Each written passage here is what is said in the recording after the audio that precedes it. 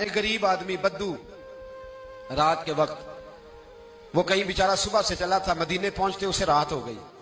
उसने डरते हुए ना खैमा ही बाहर लगा लिया। जहां रात हुई ना, आधी रात को कोई 1-2 बजे समझ ले पहुंचा मदीने, तो उसने बाहर ने खैमा लगा लिया।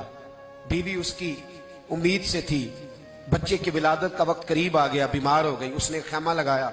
बीवी अंदर है, हजरत उमर फारूक गश्त पे थे रात को, साथ एक गुलाम था।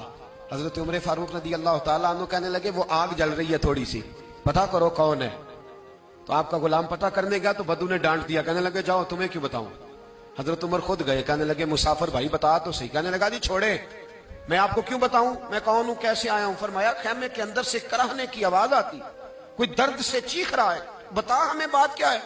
कहने लगा जी मैं फलां बस्ती फलां इलाके का एक गरीब हूं, अमीरुल मोमिनीन उमर फारूक से मिलने आया हूं और रात हो गई है तो यहाँ खैमा लगाया है, सुबह मैं उनसे मिल के चला जाऊंगा। तो रात को तकलीफ देना पसंद नहीं किया, तो मेरी बीवी उम्मीद से थी, अब बच्चे की विलादत का वक्त करीब है, पास कोई नहीं। हजरत उमर कहने लगे तू ठहर, मैं अभी आया। चेहरे पे नकाब है, उसे बताया नहीं मैं ही अमीरुल मोमिनीन। उमर दौड़े गए, अपनी जौजा से कहने लगे अगर तुझे बहुत बड़ा अजर मिल रहा हो तो हासिल करेगी।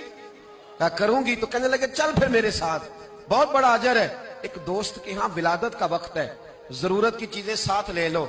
उस औरत ने थोड़े दाने ले लिए, घी ले लिया। हजरत उमर से कहने लगी लकड़ियां इकट्ठी कर ले। अमीरुल मोमिनीन, काउंसलर की बात नहीं बता रहा आपको, मैं आपको एमपीए की बात नहीं बता रहा, एमएनए की बात नहीं बता रहा, जो 10 गांव को मिला के चेयरमैन बना उसकी बात नहीं बता रहा, उसकी बात बता रहा हूं जो 22 लाख मुरब्बा मील का हुक्मरान है। उसकी बात बता रहा हूं जो गली से गुजरे तो शैतान रास्ता ही बदल जाता है। उसकी बात बता रहा हूं जिसके बारे में मेरे मुस्तफा करीम सल्लल्लाहु ताला अलैहि वसल्लम ने फरमाया मेरा उम्र तो वो है कि 950 साल हजरत जिब्रील भी इसकी शान बयान करें तो अजमत खत्म नहीं होती। इतना बड़ा शख्स। हजरत उमर ने लकड़ियां इकट्ठी की, ईंटों का रोड़े लेके चूल्हा बनाया, पहुंच गए। आपकी जौजा कहने लगी ये थोड़े दाने डालने, घी डालने और एक लकड़ी लेके इसको हिलाएं, तैयार करें। खुद जौजा अंदर चली गई, हजरत उमर बाहर पकाने लगे। वो बद्दू कहता है मैं इस तरह का उनके साथ बिहेव करने लगा जैसे को किसी चौकीदार के साथ नहीं करता। मैंने समझा ये उमर ने चौकीदार रखे आने जाने वाले मेहमानों का। मैं कभी पानी का प्याला मांगता, कभी कोई बात, उमर दौड़े जाते, कभी पानी लाते। ओ मुसलमानों, ओ मेरे रसूल के गुलाम अजीजो, हजरत उमर फारूक। वो गुलाम कहता है मैं उमर से कहता, मैं कहता गुलाम पानी ला, तो उमर दौड़ के पानी लाते। मैं कहता तुझे घी पकाना भी आता है, पहले भी कभी पकाया है? तो उमर फरमाते कोशिश तो कर रहा हूं। मैं कहता पहले भी कभी तेरी बीवी ने ये काम किया है? तो हजरत उमर कहने लगे मुझे याद नहीं, पूछ के बताऊंगा। कहते क्या रंग था, क्या अंदाज था, क्या मुस्तफा की तरबियत थी, क्या अंदाज हुजूर ने सिखाए गुलामों को। ये किस तरह का अमीर है कि ये हंडिया पका रहा है, फूके मार रहा है एक गरीब के लिए, देहाती के लिए जिसे जानते भी नहीं। अंदर उस शख्स की बीवी के यहां बेटा पैदा हुआ तो हजरत उमर की बीवी अंदर से बोल के कहने लगी अमीरुल मोमिनीन मुबारक हो, आपके दोस्त के यहां बेटा पैदा हुआ है। जब कहा ना अमीरुल मोमिनीन मुबारक हो तो वो शख्स कहता है मेरे हाथ कांपने लगे और मैं इस तरह दौड़ा कि मेरी पगड़ी गिर गई। मैं दौड़ा तो उमर ने बुलाया, कहा किधर जाते हो?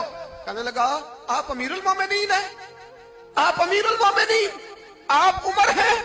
कैसर और किसरा जिसके नाम से कांपे आप वो हैं जिसे मुस्तफा ने दुआ मांग के अल्लाह से मांगा, वो वाले उमर है आप। जिसके लिए अलीउल मुर्तजा फरमाते हैं मैं रोज दुआ करता हूं, वो वाले उमर है। जिसके बारे में अबू बकर सिद्दीक ने फरमाया था कि मैं अल्लाह से कहूंगा मौला जो तेरे महबूब की उम्मत के हक में सबसे बेहतर था मैं उसे खलीफा बना के, वो वाले उमर है। उमर अमीरुल मोमिनीन की बीवी वो तो खातून अव्वल होती है, वो तो मलका होती है, और तेरी बीवी दाई बनकर एक गरीब के बच्चे के पास बैठी रही विलादत के वक्त। उमर अमीरुल मोमिनीन होके तेरी दाढ़ी सारी धुएं से भर गई, तो ड्यूटी करता रहा। तो सैयदना उमर रो पड़े और उस बद्दू को सीने से लगा के कहने लगे तुझे पता नहीं तू कहां आया है, इस शहर का पता है? उसने कहा हुजूर कहां है? फरमाया ये मेरे नबी का मदीना है, ये मुस्तफा का मदीना है। यहाँ अमीरों का इस्तकबाल नहीं होता, यहाँ गरीबों के इस्तकबाल होते। यहाँ हुजूर ने इस स्टेट पे मेरे रसूल पाक ने वो वाला रंग दिया है कि अब गरीब सर उठा के जीने लगे हैं, अब मजदूरों को इज्जतें मिलने लगी हैं, अब यतीमों ने सर उठा लिया है कि हमारा कोई सुनने वाला आ गया।